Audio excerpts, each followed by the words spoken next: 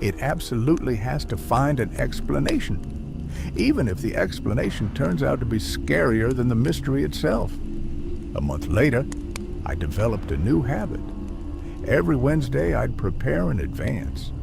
I'd fill a thermos with coffee. I'd check the batteries in my flashlight. I'd sit by the window and wait, like a hunter lying in wait. It's funny to think back on it now. Back then, I still thought I was dealing with an ordinary person. In early November, the first truly strange event occurred. Wednesday, 2:44, a whistle, a melody. I was already standing by the door ready to go out. But suddenly, I noticed something unusual. The sound grew closer, much closer.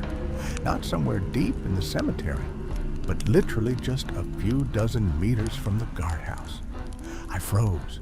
The melody sounded almost right next to me, as if someone were humming it from behind the tree next door. Trying not to make a sound, I turned off the light in the guardhouse. I grabbed my flashlight. I cracked the door open and peered outside. A thick fog hung over the street, so thick that the moonlight barely penetrated it. At first, I couldn't see anything. Then, a figure appeared amid the white haze, small, short, a child's. My heart began to beat faster. I slowly stepped out of the guardhouse. The figure was standing with its back to me about 40 meters away, and it seemed to be looking somewhere toward the old graves. I took a step, then another, and then the figure began to hum a tune. That very one, the one I hadn't been able to get out of my head for several weeks.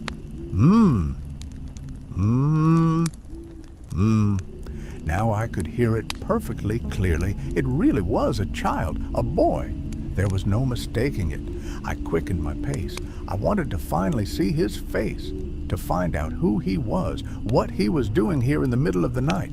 But as soon as I got within 10 meters, something strange happened. The figure seemed to dissolve. It didn't run away.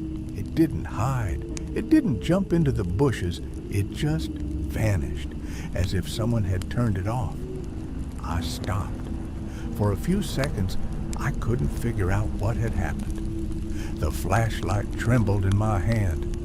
The beam of light darted across the trees, across the crosses, across the ground. No one, absolutely no one. The fog crept slowly between the graves, and it was the only thing moving around. I stood there for